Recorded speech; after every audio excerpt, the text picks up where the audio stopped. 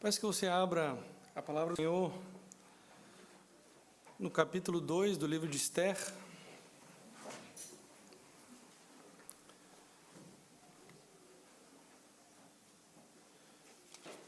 Hoje a nossa pregação será do versículo 19 desse segundo capítulo até o final do capítulo 3.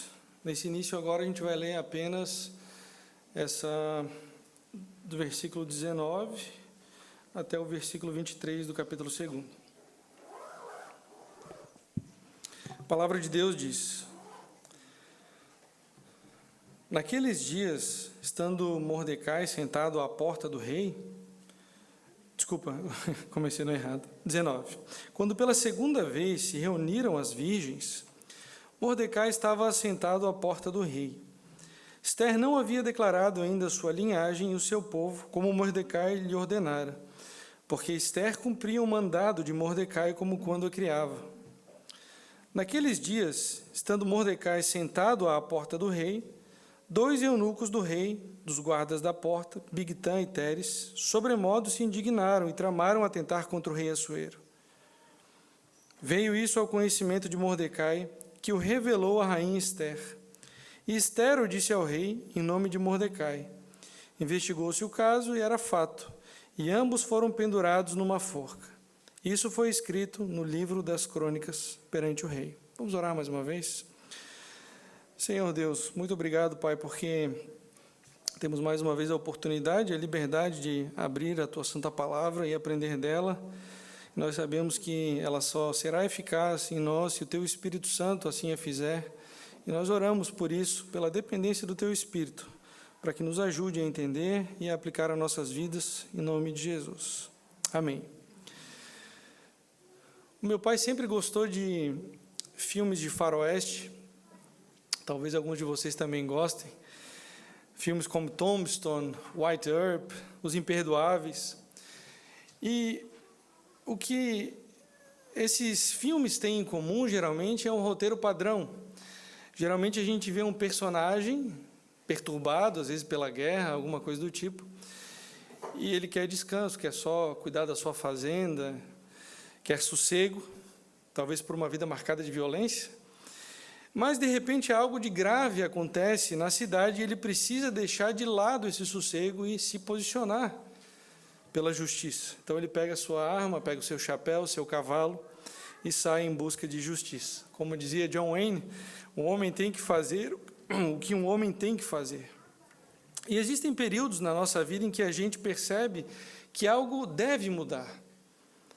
Por algum motivo, nós estamos inertes, mas, de repente, uma situação grave acontece, ou alguém nos desperta e nós somos levados novamente à ação. E é isso que acontece aqui com Mordecai, a partir, principalmente, do capítulo de número 3. A gente vai ver que as coisas vão começar a mudar na vida dele. Vocês sabem que ele fez várias concessões à sua fé nesses 2 primeiros capítulos, mas, de repente, ele se lembra da sua identidade e de quem ele pertence. A gente leu esses primeiros versículos aqui, na verdade, os versículos finais do capítulo 2, e a gente vê que depois da coroação da rainha Esther, um tempo se passa e as coisas parece que não mudaram muito. Esther continua abafando, escondendo a sua identidade. Ela era judia, mas ela não falou nada a ninguém, como Mordecai havia lhe ordenado. E o rei Xerxes, o rei Assuero, continuava sendo um tirano. No versículo 19, fala ali que pela segunda vez as virgens foram reunidas, muito provavelmente não satisfeito com aquelas quase 400 mulheres que ele arrebanhou para escolher a rainha Esther e que foram fazer parte do seu harém. Não satisfeito com isso, ele ainda chamou mais uma vez um grupo de outras mulheres virgens, chamou, entre aspas, raptou de suas casas, para abastecer mais um pouco o seu harém. E nesse mesmo período, o texto nos diz, Mordecai estava na porta do rei e ele ficou sabendo de um plano. Era comum que as pessoas antigamente, nos antigos impérios, antigas cidades, até Jerusalém, inclusive, se reunissem às portas da cidade, ou às portas, no caso aqui, do Palácio Real. Não era uma porta simplesmente como as que a gente tem hoje, nem um portão fino, era um ático grande, as pessoas se reuniam, faziam negociações, conversavam, e até havia uma espécie de tribunal de justiça nesses portões. Mordecai, a gente sabe, ele já morava na cidadela de Suzã. A cidadela de Suzã, muitos oficiais do rei moravam lá, não era um lugar para qualquer um, e provavelmente Mordecai está aqui cumprindo algum ofício, talvez até mesmo de um juiz, nós não sabemos. O fato é que, quando ele estava lá, na porta do rei, ele ficou sabendo de um plano para matar o rei Assuero. E talvez você se pergunte, não é bom isso? Matar um tirano? O Mordecai não pensava assim, ele sabia que a morte de um tirano, a morte de um imperador, no caso ali, traria muito mais caos, provavelmente, do que ele continuando no poder. Quem conhece um pouco de história sabe que depois da queda do Império Romano Ocidental, a Europa caiu num caos, né? Parece que ia melhorar, mas pelo contrário. E Mordecai, sabendo desse plano, ele conta a Esther, e Esther conta ao rei. Eles fazem uma investigação e descobrem que realmente aqueles dois eunucos intentavam contra a vida do rei. E eles foram enforcados, e tudo isso que aconteceu foi registrado no livro das Crônicas. Não o livro de Crônicas, o livro das Crônicas que o rei persa tinha naquela época. Era muito comum que os reis eles fizessem listas de pessoas que cooperavam com o reino da Pérsia. Por que eles faziam isso? Porque eles queriam recompensar aqueles que faziam bons serviços ao rei. No caso aqui, Mordecai salvou a vida do rei. Mas a gente não sabe por que motivo Mordecai ficou completamente esquecido, sem recompensa. E mais tarde na história, se não me engano, no capítulo 6, a gente vai descobrir que esse registro ele é trazido ao rei, né, pelo Senhor, e isso acaba sendo crucial para o desenrolar da história, como a gente vai ver mais tarde. Mas o fato é que Mordecai é esquecido aqui. E o que era mais irônico para Mordecai é que ele, como um oficial do rei, alguém que salvou a vida do rei, além de não ter sido recompensado, de não ter sido promovido, o rei coloca alguém para ficar ao lado dele, para ser o seu braço direito, alguém que Mordecai sabia que não era um cara bom. O nome desse cara é Amã. E é a partir de aqui, irmãos, que a história de Esther vai ter uma grande reviravolta. Olha o que acontece. A partir do versículo 1 do capítulo 3. Acompanhe comigo. Depois destas coisas, o rei Assuero engrandeceu a Amã, filho de Amedata, Agagita, e o exaltou e lhe pôs o trono acima de todos os príncipes que estavam com ele. Todos os servos do rei que estavam à porta do rei se inclinavam e se prostravam perante Amã, porque assim tinha ordenado o rei a respeito dele. Mordecai, porém, não se inclinava nem se prostrava. Há várias opiniões aqui. Por que Mordecai fez isso? Por que ele não se curvou diante de Amã? Mas o que parece ficar claro aqui nesse texto é o fato de Amã ser um agagita. O que isso quer dizer? Amã era descendente do rei Agag.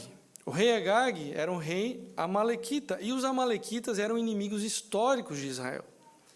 Você pode ler com calma em Êxodo 17, na sua casa, e você vai ver que quando os israelitas saíram do Egito, os amalequitas foram o primeiro povo a atacar o povo de Deus, e de maneira covarde. O povo de Israel se defendeu, venceu a batalha. Talvez você se lembre daquele episódio em que Moisés precisa ficar com os braços levantados. Arão e Hur precisam sustentar os braços dele para que o povo vença, porque quando ele baixava os braços, o povo começava a ser derrotado. E nesse mesmo episódio, irmãos, Deus amaldiçoou os amalequitas e disse que de geração em geração haveria guerra contra aquele povo e que, por fim, ele seria completamente extinto.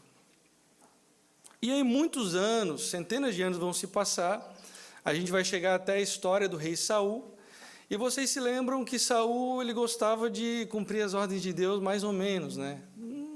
Aqui Deus não foi muito sábio, ele mandou matar todos os amalequitas, mas eu resolvi deixar vivo aqui o rei deles, que era quem?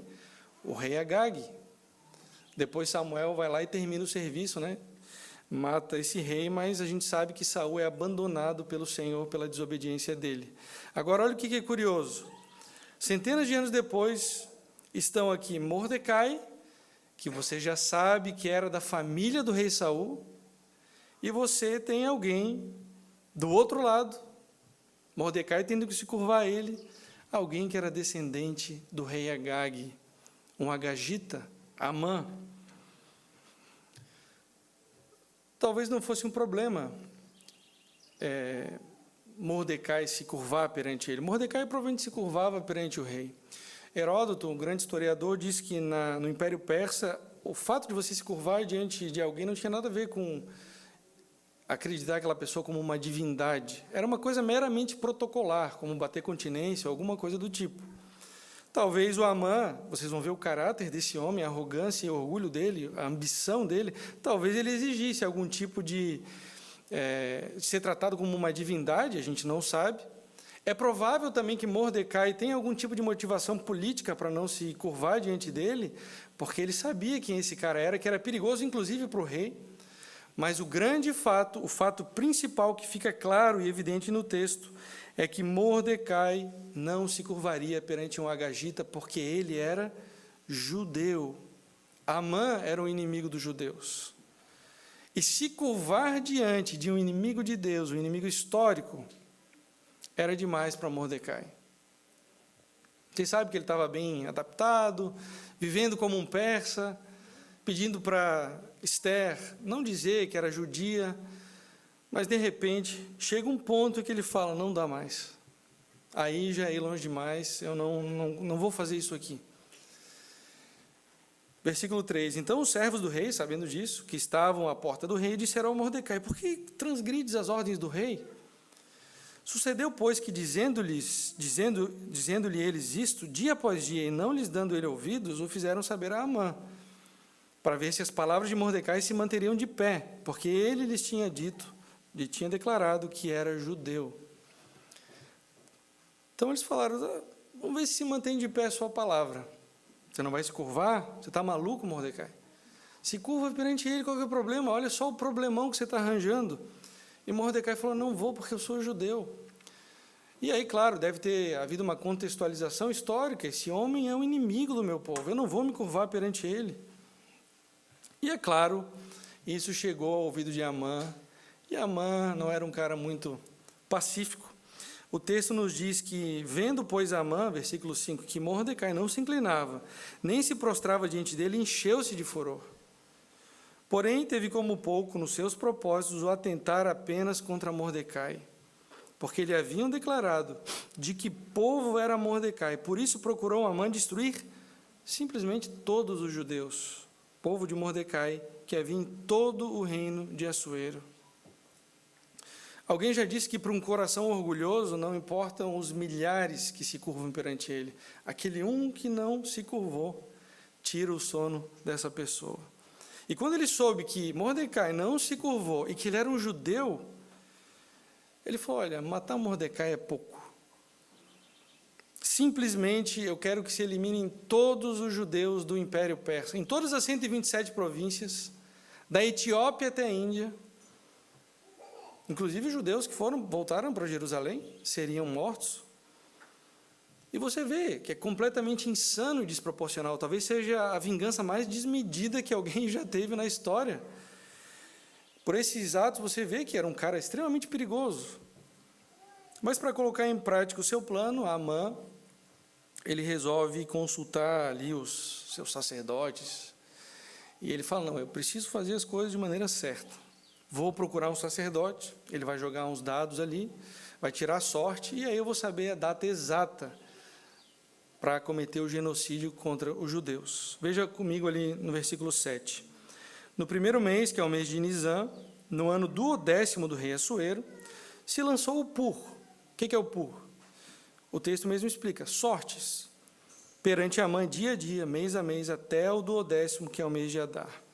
Então, eles lançaram esses dadinhos de barro, eles interpretavam ali de alguma maneira, a vontade dos deuses é que seja no dia tal, mês tal.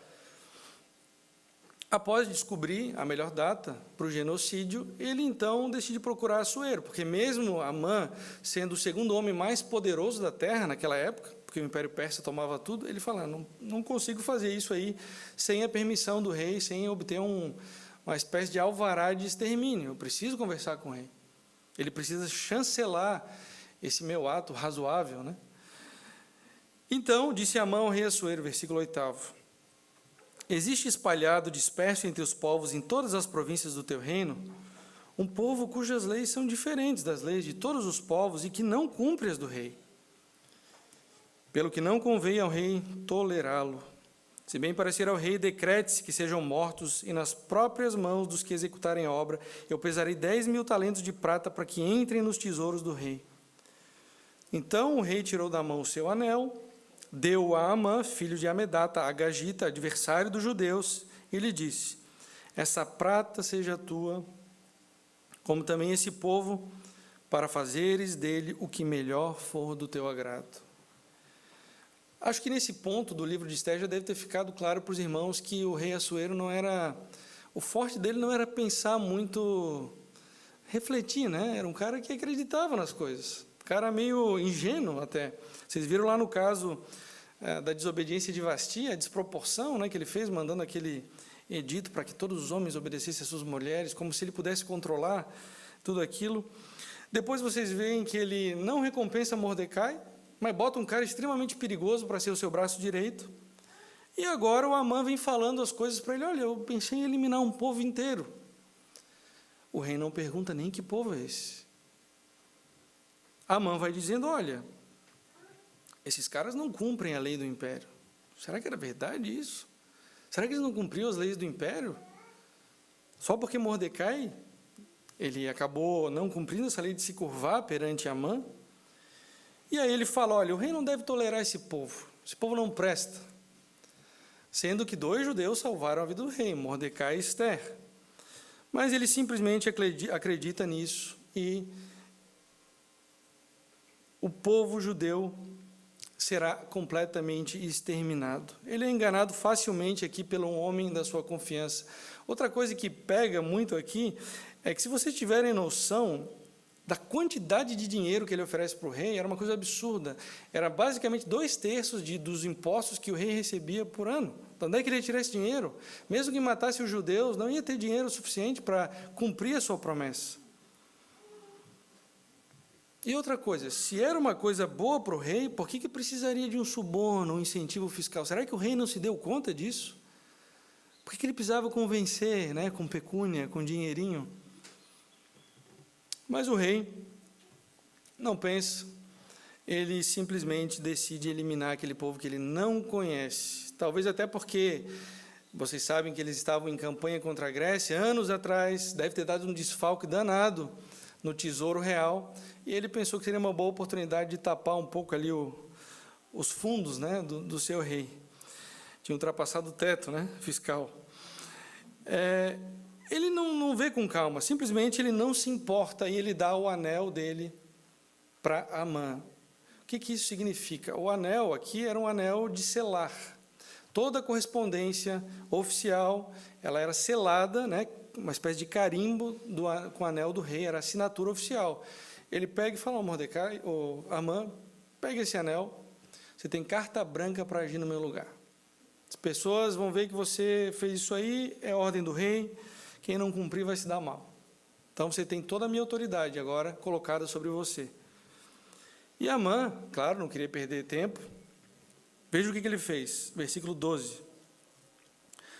Chamaram, pois, os secretários do rei, no dia 13 do primeiro mês, a gente já viu que era o mês de Nisã, e segundo ordenou Amã, tudo se escreveu aos sátrapas do rei, aos governadores de todas as províncias e aos príncipes de cada povo. A cada província no seu próprio modo de escrever e a cada povo na sua própria língua. Em nome do rei Assuero se escreveu e com o anel do rei se selou. Enviaram-se as cartas por intermédio dos correios a todas as províncias do rei. Para quê? Para que se destruíssem, matassem e aniquilassem de vez a todos os judeus, moços e velhos, crianças e mulheres, em um só dia, no dia 13 do 12º mês, que é o mês de Adar, e que lhes saqueassem os bens. Tais cartas encerravam o traslado do decreto para que se proclamasse a lei em cada província. Esse traslado foi enviado a todos os povos para que se preparassem para aquele dia. Os correios, pois, impelidos pela ordem do rei, partiram incontinenti, e a lei se proclamou na cidadela de Suzã. O rei e Amã se assentaram a beber, mas a cidade de Suzã estava perplexa. Então, a gente vê aqui o sistema postal do rei em ação novamente. E o que é curioso, numa primeira leitura você não vai entender a crueldade desse ato. Além de ser um genocídio com data marcada, a mãe escolhe uma data especial para fazer isso, para mandar as cartas. Dia 13 daquele mês de Nisan era uma data especial, era véspera do primeiro dia da celebração da Páscoa. Claro que Amã não fez isso sem querer. Conhecendo os judeus, um dia antes de eles celebrarem a liberdade de Deus, os seus antepassados do Egito, principal festa de Israel, dos judeus, véspera daqueles dias, ele manda aquelas cartas. Então, imagine você, eles indo celebrar a Páscoa, sabendo que dali a 11 meses eles seriam completamente exterminados. Porque o extermínio aconteceria no mês 12, mês de Adar. E é claro, irmãos, que o povo ficou perplexo com aquilo. Né? Não há indícios de que havia um ódio aos judeus, até porque eles viviam bem tranquilos lá, não sei. Mas eles ficaram perplexos, por quê? Porque olha a crueldade desse decreto.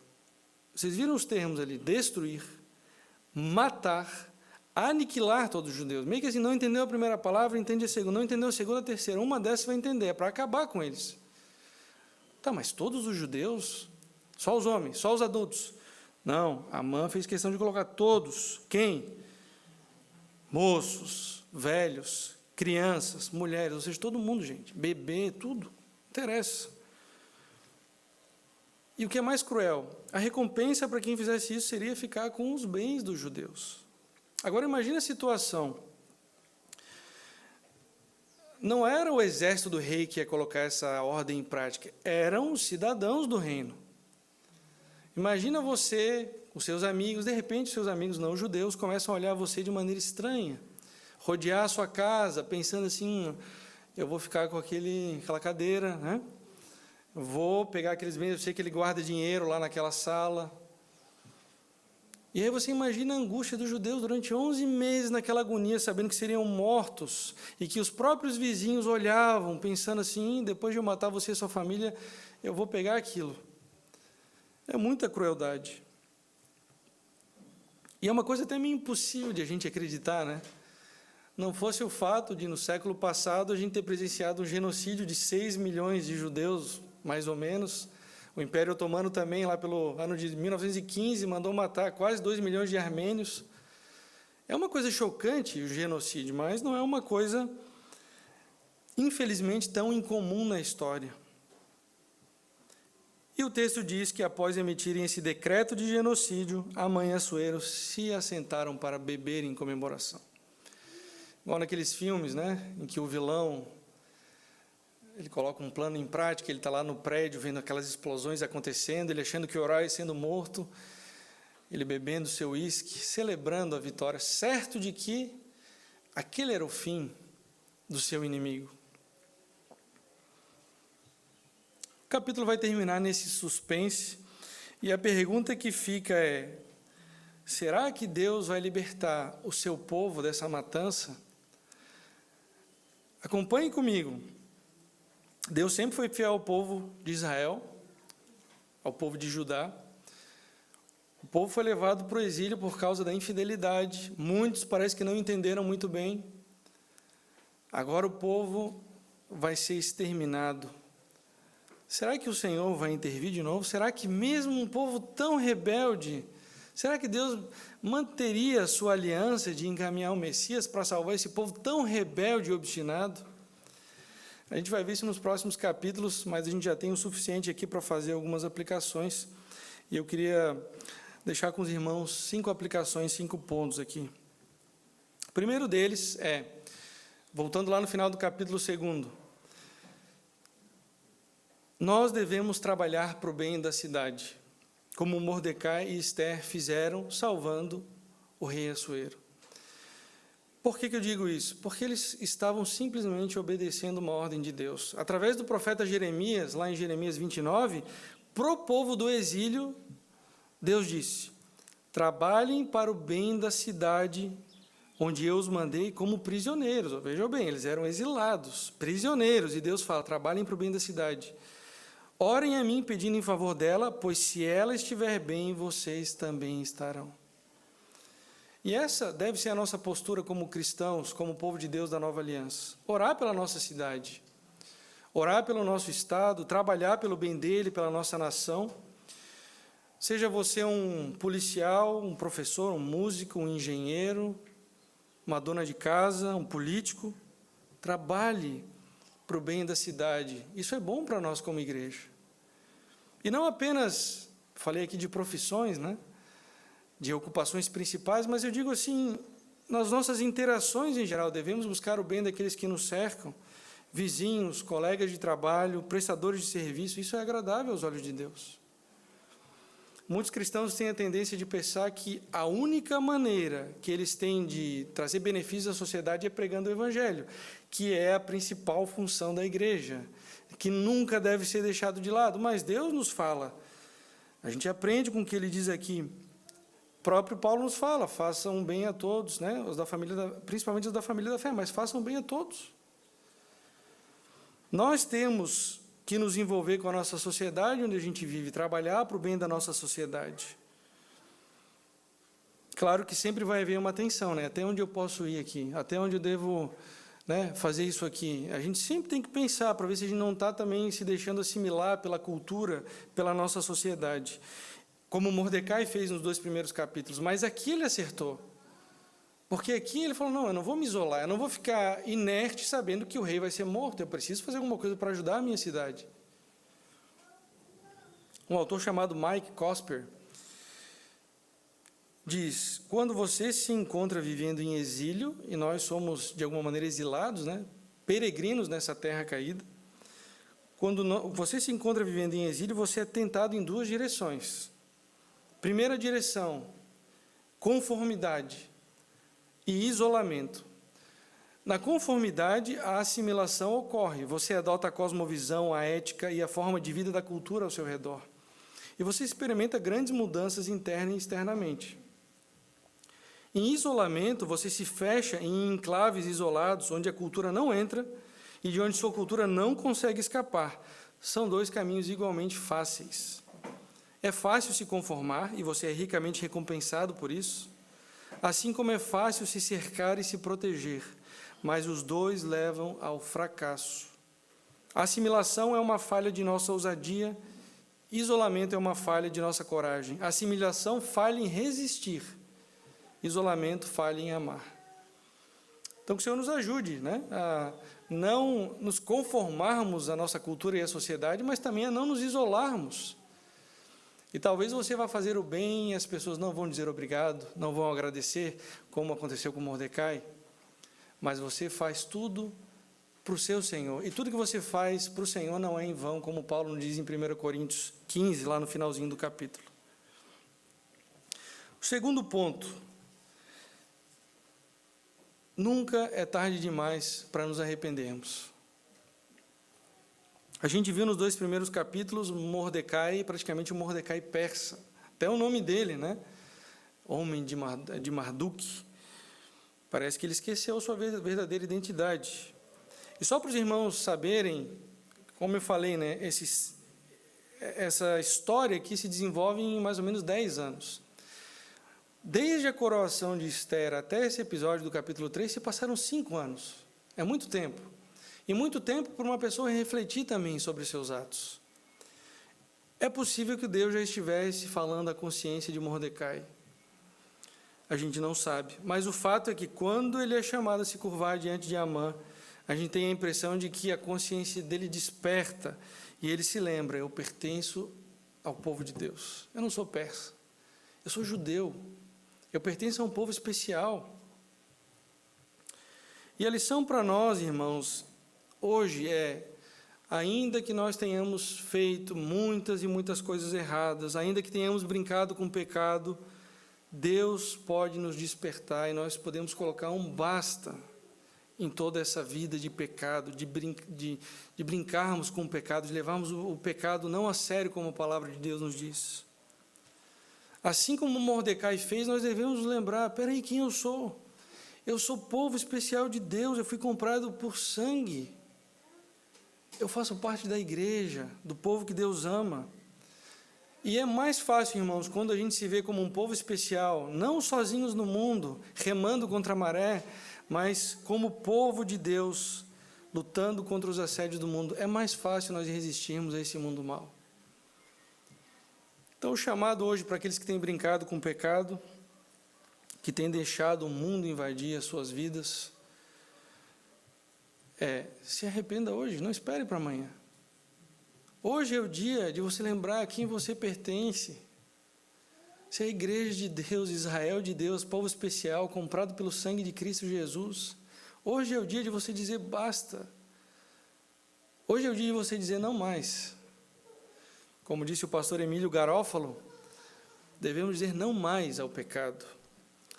Pelo meu Senhor, pelo meu povo, pelos que estão ao meu redor, pelos que vieram antes e sangraram para que o Evangelho e o livro santo chegassem até mim, não mais. Pelos que se aventuraram mares afora para levar a mensagem de salvação, não mais. Pelos que fiel e ordinariamente ensinaram seus filhos, pregaram em igrejas obscuras, contaram para seus vizinhos sobre as velhas boas novas, não mais. Pelos meus filhos que ainda nem entendem direito, mas já dizem amar Jesus. Pelos meus netos que talvez eu nem venha conhecer, pelo povo do Senhor que daqui a 100 anos estará vivendo, Deus sabe onde, cantando as nossas músicas, lendo alguns dos nossos livros, talvez contando uma ou outra de nossas histórias ou não, seja como for, não mais. Pelo Rei humilhado que morreu numa cruz para que eu vivesse, pelo Rei exaltado que venceu a morte, me ama e me protege, não mais. Pelo Rei triunfante que voltará em glória e este mundo verá a verdade, não mais. Mas saiba, meu irmão, que quando você se posiciona firmemente, quando você nada contra a maré, quando você luta contra algo que é amplamente aceito na nossa cultura, vai haver consequência por conta disso. E esse é o meu terceiro ponto. Obrigado, Guilherme. Esse é o terceiro ponto. Veja o caso de Mordecai aqui. A fúria que ele desperta em Amã. Amã vai lá acusar ele diante do rei. Olha só o que esse judeu veio fazer. A gente precisa matar esse povo. Ele foi acusar. E vocês sabem muito bem que nós temos um acusador por excelência. O grande acusador de todos, que é Satanás. Ele gosta de nos acusar, mas muitas vezes ele vem acusar o nosso rei perante nós, como ele fez com Adão e Eva. E eu imagino que ele tenha feito com o próprio Mordecai. Imagina Mordecai, gente, sabendo que o povo ia ser aniquilado porque ele não se curvou diante de um inimigo do povo de Deus. A acusação que Satanás não deve ter feito a esse homem. É isso mesmo que você queria, Mordecai? Veja o que sua resistência causou. Agora o povo todo vai sofrer. Você acha mesmo que Deus se importa com você, com o seu povo? Ele abandonou vocês no exílio. E é o que esse acusador faz conosco hoje. Ele nos diz: olha você de novo, passando por uma situação difícil, por causa de escolhas que você fez por amor ao seu Deus. É esse o caminho difícil que Deus tem para você? O caminho de tribulação, de sofrimento? Vale a pena? Deus abandonou você.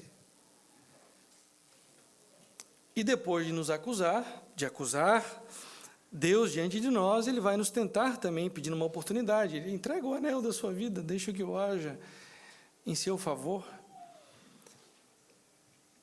Eu vou dar coisas boas para você. Talvez você nunca, talvez você se lembre de quantas vezes já passou. Claro que não vem de maneira clara na sua mente isso, mas às vezes aquela tentação, né? Por que você se preocupa tanto em orar e ler a Bíblia, frequentar uma igreja local, ter problema com crente?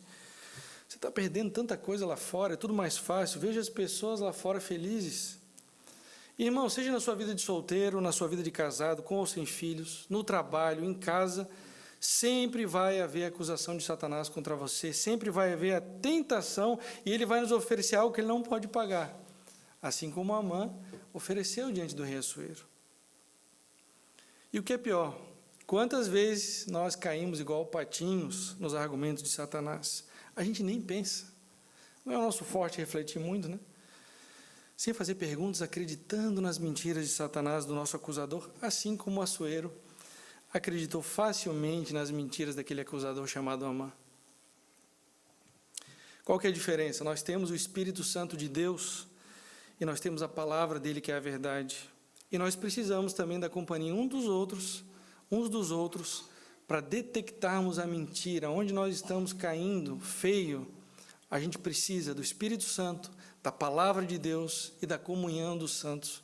Senão a gente não vai resistir, irmãos. É bastante ataque. O quarto e penúltimo ponto é que a gente deve sempre ter em mente que a nossa luta não é contra carne ou sangue. Existe uma batalha celestial muito maior do que você pode imaginar desde o início dos tempos.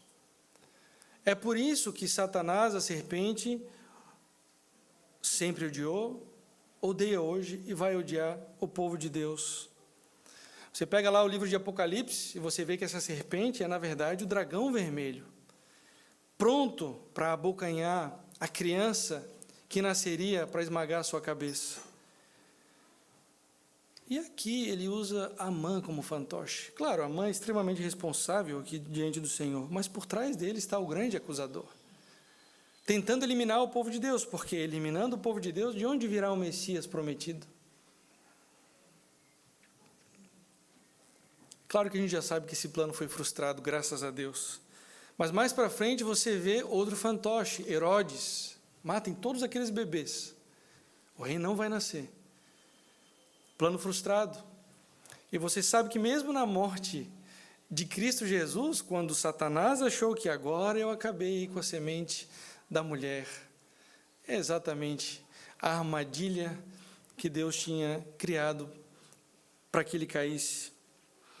E essa serpente teve a sua cabeça esmagada. E Apocalipse nos diz que, porque ela foi derrotada, ela está com seus dias contados, ela age em fúria. Por isso que ela continua agindo com ódio contra o povo de Deus. E não é à toa que a própria Bíblia nos fala: cuidem com Satanás. Ele é como um leão que ruge, procurando alguém para devorar. E aí Paulo vai nos dizer, por isso você precisa da armadura de Deus, todos os dias, dependendo da oração dele, senão você vai cair vai perder várias batalhas. Você precisa de mim, da minha armadura, da arma que eu dei para você. E essa batalha, irmão, só vai terminar quando Jesus Cristo voltar e colocar um fim pleno em tudo isso. Aí Satanás nunca mais vai nos perturbar. E o último ponto é simplesmente esse: lembre-se de que você é povo de Deus. Se eu pudesse escrever isso, eu sublinharia a parte final: lembre-se de que você é povo de Deus. Você não é qualquer povo, você é povo de Deus. Assuero disse para Amã: faz o seguinte, Amã, pega esse povo e faça dele o que for do teu agrado. Mas qual que era o engano dele ali? O povo não era dele. O povo não era dele para dar para Amã. O povo pertencia a Deus e não estava nos planos dele eliminar o seu povo da face da terra. Provérbios 16 nos diz que o coração do homem traça o seu caminho, mas o Senhor lhe dirige os passos. Amã e Assuero traçaram planos, Deus estava no controle. Amã fez tudo certinho, procurou os deuses, as estrelas, o destino, jogou os dadinhos. Só que qual que é o problema? A sorte se lança no regaço. Provérbios 16, 33. Mas do Senhor procede toda a decisão. Vocês acham que a data escolhida para o genocídio, 11 meses depois, era por acaso? Deus jogou a data lá para frente, porque tinha muita reviravolta para acontecer, e a gente vai ver o que vai acontecer mais tarde, mas Deus estava agindo o tempo inteiro nos bastidores. E essa é uma das grandes lições desse livro de Esther. Mesmo quando você não vê Deus, mesmo quando tudo parece ir contra aquilo que Deus prometeu, Deus está agindo nos bastidores. O povo lá estava a ponto de sofrer genocídio e a promessa do Messias ia para os ares. Mas, como disse Thomas Watson, Deus deve merecer nossa confiança quando sua providência parece correr em sentido contrário às suas promessas. Ele está no controle, irmãos. Talvez na sua vida você veja tantas coisas acontecendo, tribulações, parece que aquilo que você faz e trabalha não dá resultado, pecado em você, pecado na sua família, na igreja, parece que o evangelho não vai para frente, o bem que eu faço ninguém reconhece. Mas lembrem das grandes promessas de Deus, mesmo quando a providência dele parece estar agindo em contrário, ele tem o plano dele, e as promessas dele não falham, e ele não mente. Ele cuida de você, ele sempre cuidou. Aliás, ele sendo o grande Deus, ele poderia ter assinado um edito para a nossa destruição, ia ser plenamente justo. Mas ele escolheu, desde antes da fundação do mundo, amar você que crê em Cristo Jesus. E ele fez isso unicamente pelo seu amor, não por mérito seu. Certamente, assim como Amã, Satanás te acusou muitas e muitas vezes perante o Senhor. Acusações extremamente justas, né? Veja aquele pecador miserável, ou Saulo, o que ele está fazendo lá no púlpito falando alguma coisa? Miserável. Merece a justiça do Senhor, por que o Senhor não pune ele? E Deus fala, eu sou justo e justificador daqueles que me amam. O pecado que o Saulo deveria pagar para sempre no inferno, Jesus Cristo pagou por ele. Você não pode acusar mais o meu servo, mesmo ele sendo tão débil. E, meus irmãos, se Deus deu o próprio Filho para nós, Paulo fala em Romanos 8, quem será contra nós, se Deus é por nós? Você está na sociedade agindo, pregando o Evangelho, fazendo tantas coisas, lembre-se dessa verdade, lembre-se daquilo que John Knox, o grande reformador, falou, um homem que está com Deus está sempre em maioria. E é com essa confiança, meus irmãos, que a gente deve viver e pregar o Evangelho. A igreja primitiva, você vê a história deles, eles tinham essa confiança, tanto sofrimento, tantos martírios, tanta dispersão, mas eles sabiam que o Senhor era o rei da história. Eles sabiam que o Senhor estava no controle de tudo. E o que esse Deus quer de nós hoje, seus filhos, é que nós sejamos o seu correio real, o sistema postal do reino, pregando a mensagem do Senhor, não para trazer destruição, mas para trazer salvação. Inclusive, Paulo fala que nós somos cartas vivas de Deus, 2 Coríntios 3, 2 e 3. A igreja é o meio pelo qual as pessoas recebem a mensagem de salvação. Muitos vão continuar inimigos de Deus, não sentirão o aroma suave de vida da mensagem do Evangelho, mas sentirão o cheiro de morte. Mas de uma coisa elas precisam saber de maneira clara, que há um edito real, há um decreto, e é esse: os pecados precisam ser pagos. Ou eles vão ser pagos pelas pessoas no inferno eternamente, ou elas creem em Cristo e os seus pecados são pagos na cruz pelo Senhor Jesus Cristo. E eu queria encerrar essa pregação deixando um trecho de Lutero com vocês. Toda vez que o acusador vier acusar você porque você pecou como marido, como esposa, como pai, como filho, como irmão em Cristo, toda vez que ele te acusar, toda vez que ele falar, você merecia o inferno, você é um nada, Lutero dizia o seguinte: quando o diabo nos lança nossos pecados e declara que merecemos a morte e o inferno, devemos falar assim: eu admito merecer a morte e o inferno, e daí? Isso significa que serei condenado ao castigo eterno? De jeito nenhum. Eu conheço alguém que sofreu e pagou minha dívida em meu nome. Seu nome é Jesus Cristo, Filho de Deus, e onde ele estiver, também eu estarei. Vamos orar. Senhor, como é bom ouvirmos, Pai, desse livro tão antigo, e ver que o Senhor sempre cuidou do seu povo. As tuas promessas, elas não podem ser mudadas. O Senhor não é mentiroso, o Senhor não é fraco. O Senhor sempre faz aquilo que prometeu. Obrigado, Pai, porque nós sabemos que esse genocídio não foi para frente. Te agradecemos porque sabemos que daquele povo, daquela linhagem, veio a semente da mulher que pisou na cabeça da serpente, e por isso nós estamos aqui hoje como teus adoradores, teus filhos. Obrigado, Senhor, e pedimos que o Senhor nos ajude a viver na nossa cultura e sociedade, fazendo bem pela cidade, pregando o Evangelho com confiança, e mesmo quando tudo parece vir contra nós, que nós possamos confiar plenamente no Senhor, porque o Senhor merece toda a nossa confiança, o Senhor nunca falhou conosco. Te agradecemos em nome de Jesus Cristo. Amém.